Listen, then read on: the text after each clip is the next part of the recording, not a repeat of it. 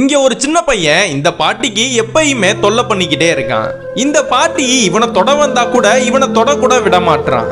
எதுக்கு இது மாதிரினா பண்றானா, இந்த பையனோட அம்மா வேலை தேடுறதுக்காக வெளியூருக்கு போயிடுறாங்க. இவங்க வர வரைக்கும் இந்த பையனை கிராமத்துல இருக்கிற அந்த பாட்டி கிட்ட விட்டுட்டு போறாங்க. ஆனா இந்த பையனுக்கு இந்த கிராமத்தையும் பிடிக்கல, இந்த பாட்டியவும் பிடிக்கல.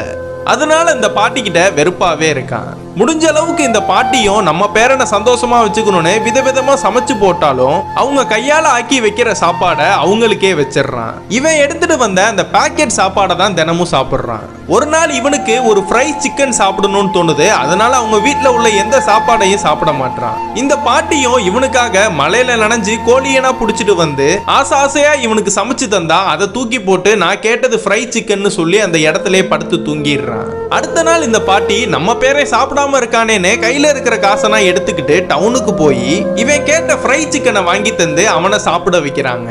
அதுக்கப்புறம் தான் இந்த பையன் ஒரு விஷயத்தை நோட் பண்றான். இந்த காசுக்காக இந்த பாட்டி ரோட்ல கஷ்டப்பட்டு காயனா விக்கிறத பாக்குறான். இதெல்லாம் பார்த்ததும் நம்ம செய்யறது தப்போன்னு இவனுக்கு இவனே ஃபீல் பண்ணிக்கிறான். பார்த்தா இவன் அந்த பஸ்ல ஏத்தி வீட்டுக்கு அனுப்பி விட்டுட்டு இவங்க அடுத்த பஸ்ல வரேன்னு போய் சொல்லிட்டு இவங்கள்ட்ட காசு இல்லாதனால அந்த இடத்துல இருந்து நடந்தே வராங்க.